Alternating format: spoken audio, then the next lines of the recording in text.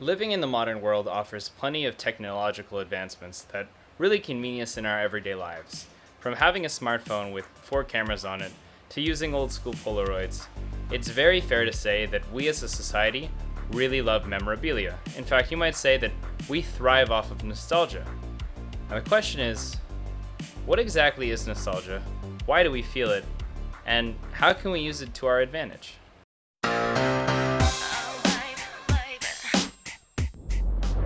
So, if I had to define nostalgia, I would just show you the definition. And you see there's 2 here, which might seem a little bit strange to you, but let's take a look at the history of nostalgia. You see, originally, nostalgia was a term came up from the Greek words nostos algos, which essentially means homecoming pain, or homesickness. It was a term used to talk about those who reminisced about going home so much that they felt physical pain. And over the years, we've slowly changed the definition to just the sensation of recalling the past. So I think it's pretty apparent that nostalgia memorabilia is all around us. From the retro movement to hipsters, you might think that it's pretty apparent that a lot of people wish for things to be simpler. And while I totally get that, if we're going to be dealing with it every day, we should probably know how it works and how it affects us. Real quick, for those of you who've noticed, I have been growing out a baby beard. That is because I am raising both awareness and funds for the month of Movember. Movember is a charity dedicated to raising awareness and funds for men's health, including things like suicide prevention, prostate and testicular cancer. I think it's a great cause, and if you do too, consider checking out the link below.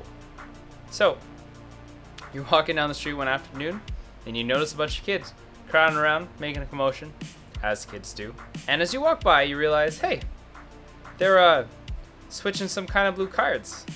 And then, a minute later, you realize, oh, of course, they're playing Pokemon. And suddenly you have a flashback of your childhood, maybe watching Saturday cartoons, or the schoolyard games you're playing with your friends, forever looking for a Charizard. What's going on here behind the scenes is that your brain has decided to give you a metaphysical cookie and activate the reward systems. Lucky you. All for just recalling a simpler time, something a little bit more core to your identity growing up. It's been said that nostalgia offers a lot of benefits, from improving mood to actually helping protect your emotional well-being against anxiety and other sadnesses.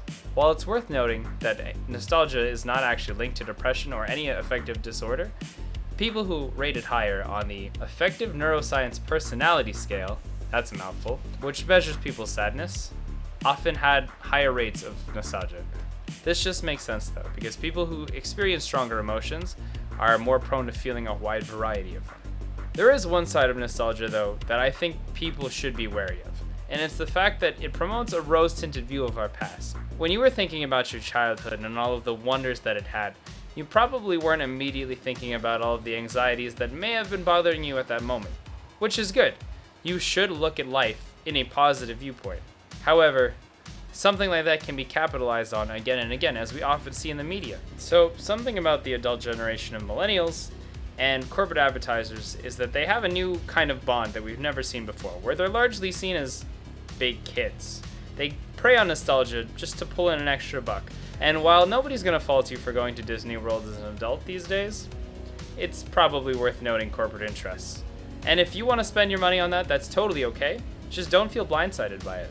It's just another tactic, the same way that sex sells or love sells. So the kicker here.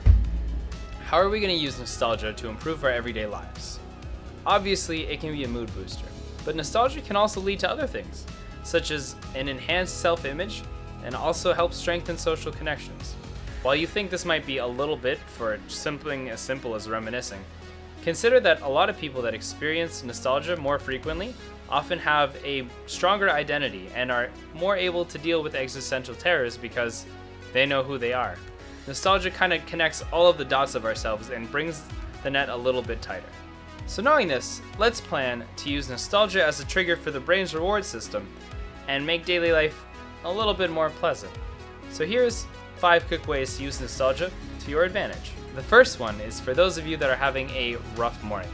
For anyone who's having a particularly hard time getting out of bed, I would ask you to consider making your favorite childhood breakfast to start your day.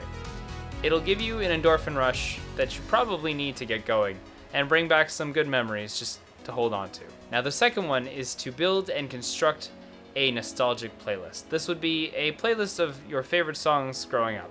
This could also be some tunes that maybe you haven't heard in a couple years that you know will lift your mood.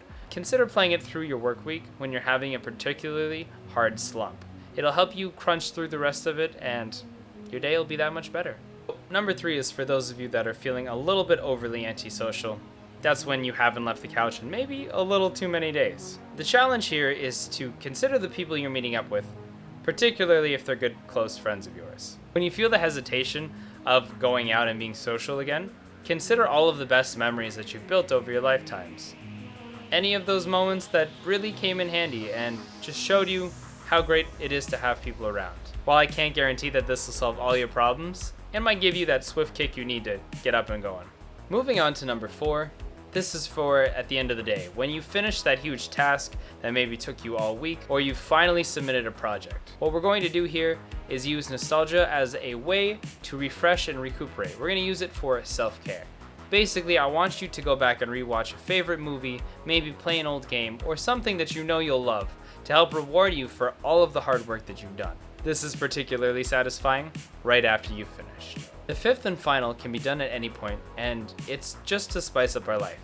This is here to shake things up if we're not entirely happy with what's going on from the day-to-day, and that is to pick up an old hobby or interest. Maybe it's time to take up painting again, or brush off that old guitar that you have laying in the back. It's always worth revisiting something if you were interested or truly loved something at one point. And that's everything. Let me know if you have any other tips or tricks that you use nostalgia for, or if this video helped at all. At the end of the day, I think nostalgia is a great tool, and indeed, just a great thing to have.